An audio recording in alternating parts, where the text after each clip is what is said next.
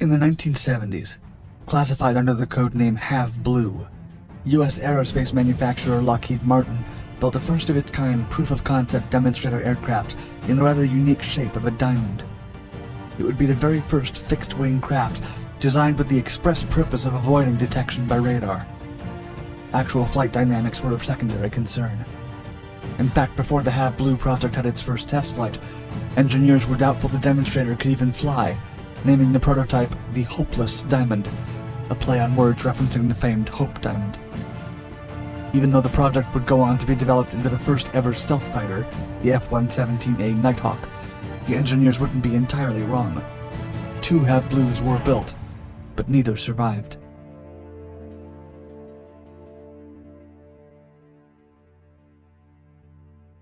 Harvey. DARPA began its search for stealth aircraft technologies under Project Harvey, named after the Invisible Rabbit in the 1950s movie of the same name. The United States intelligence community and armed forces worried that Soviet-made anti-aircraft artillery and radar-guided surface-to-air missiles could be a major threat to American aircraft. The Vietnam War and the Yom Kippur War, where Israel lost 109 planes in less than 20 days, proved the vulnerability of U.S. and NATO aircraft when facing anti-aircraft attacks. The Soviet Union took to developing an integrated defense network during the Cold War, which a Defense Science Board study from 1974 claimed could be a major issue. One of the estimated wargame scenarios concluded that if the Warsaw Pact nations invaded and the aircraft loss ratio mirrored that of Israel during the Yom Kippur War, NATO would have its aircraft arsenal depleted 2 weeks into the conflict. Following the study, DARPA sent out secret petitions to 5 aircraft manufacturers asking for technology development with 2 primary questions: what signature threshold could make aircraft undetectable, and whether they could create such a thing. General Dynamics responded that electronic countermeasures were the best path, and talks with them were put to the side. Grumman and Fairchild did not indulge the petition. Douglas and Northrop agreed to work on the project and were granted $100,000 for research. Since Lockheed had not participated in fighter aircraft construction for 10 years, DARPA did not even reach out to them. Yet 2 of the company's leaders, Director of Science and Engineering Ed Martin and Skunk Works President Ben Rich, learned about the project from engineer Kelly Johnson and requested that the CIA let Lockheed Skunk Works contact DARPA. After an initial declination, DARPA agreed to let Lockheed participate in the contest, but without a government contract. Experimental Survivable Testbed. Northrop, Douglas, and Lockheed were officially invited in 1975 to create an experimental survivable testbed by DARPA. Douglas walked out after having discovered the required threshold for an aircraft to be undetectable and deciding it could not be done. Northrop and Lockheed raced against each other on Phase 1 of the XST, which would test their full-scale model's radar cross-section and prove that their models could fly. Only one would win an extension of their contract for Phase 2. With $1.5 million to create the first part, the 2 companies took 4 months to build mock-ups that were then tested at the Radar Target Scatter Test Facility in White Sands, New Mexico. Their designs were very similar, but Northrop's model had more flat and angular surfaces. To test its design, Lockheed built a $187,000 pole to perch the aircraft on top of. In April of 1976, Lockheed won, as the Northrop XST featured a lower side hemisphere radar cross-section. Despite Lockheed's accomplishment, the Northrop team was kept together to continue work in other areas. Eventually, Northrop's efforts would result in the battlefield surveillance aircraft experimental that ultimately led to the creation of the famed B-2 bomber. Have Blue. For Phase 2, Lockheed Skunk Works had to design and build 2-man demonstrators. Codenamed Have Blue, the second phase saw Ben Rich taking $10.4 million in funds from Lockheed's management as the project faced budget cuts. The main goals were to minimize detection by radio wave, infrared technology, and eyesight, as well as to mitigate the aircraft's production of sound. Lockheed used leftover machinery from the C-5 program to assemble its HB-1001 and HB-1002 models.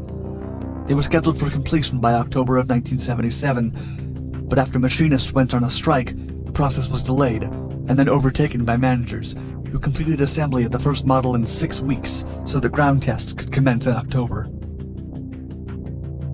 Construction happened in an experimental and flexible environment, with back-and-forth communication between managers, scientists, developers, engineers, and users. To reduce complications, Phase 2 focused on proving that the radar cross-section goals could be reached. To reduce costs, the prototypes were made small and simple, with an unpressurized cockpit, no mission equipment, and no capability to refuel mid-air. The second model featured coatings of radar-absorbing material, but the first did not. The half-blue prototypes were only about 1/4 the size of the future F-117A, with a 22.5-foot wingspan and low maximum takeoff weight of 12,500 pounds. The vehicles were designed and constructed with as few edges as possible for stealth purposes. While making the vehicle completely undetectable is impossible unless external radars are somehow interfered with, the technology and configuration of the vehicle could disguise its presence to the point that its presence would seem insignificant. Yet engineers and designers from Lockheed feared that the half-blue Hopeless Diamond aircraft would not fly as planned.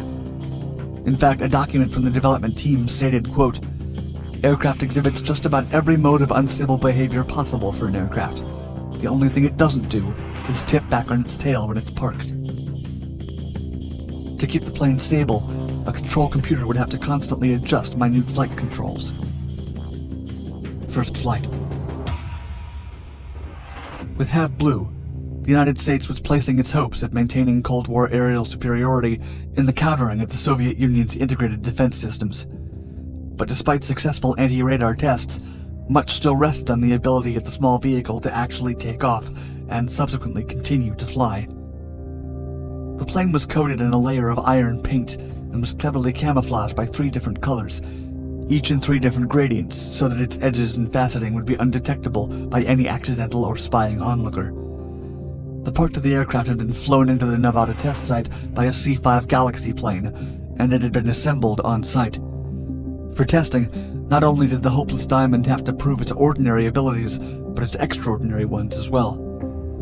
A second plane would be taking off behind it, playing the role of a hostile pursuer, so that the stealth capabilities developed during Half-Blue could be truly put to the test.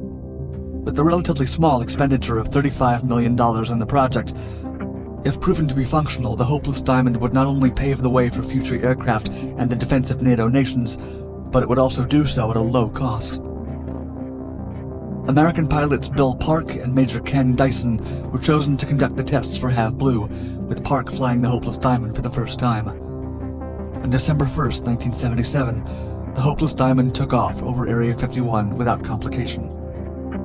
Ken Dyson followed on an F-15 Eagle, and their roles would reverse on January 17th of 1978. Only Park and Dyson would fly the Half-Blue prototype, with engineers making small additions and modifications after a couple of runs. The tests went on smoothly and secretively until the Hopeless Diamond's 36th test. The 36th and 52nd final flights. On May 4th, 1978, Bill Park took off on the Hopeless Diamond as he had done for every other test flight, but that day would prove to be no ordinary test. The problems began during landing. Dyson, who was chasing the Hopeless Diamond, would later recall what happened, quote, "Just before touchdown, the airplane pitched up. It seemed it slammed down on the ground real hard. He raised the gear on the go-around, and when he tried to extend it on approach, only one of the mains and the nose wheel came down. All this time, gas was being consumed. I suggested he climb up to 10,000 feet for ejection. He started climbing, but the engine started flaming out from lack of fuel, so he ejected."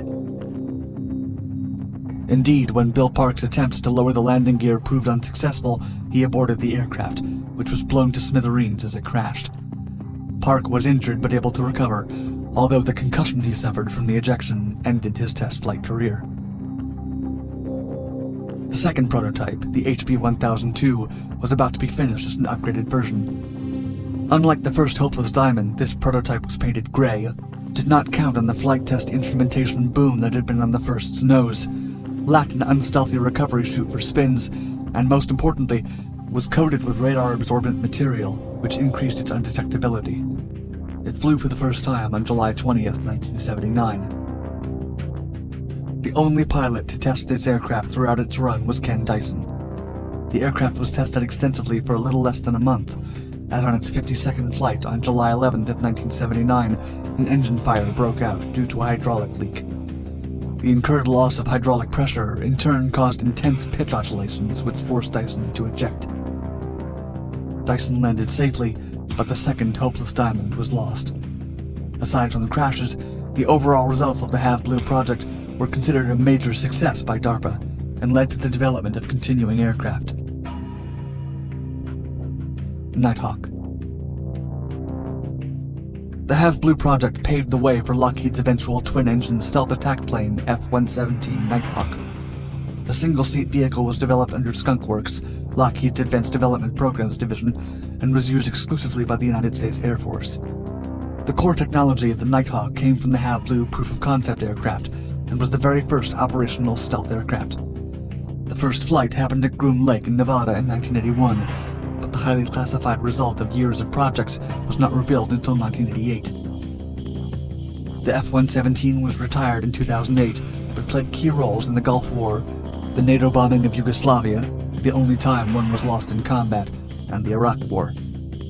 Despite their official retirement, the planes continued to be kept in ready condition, and one was spotted flying in January of 2019.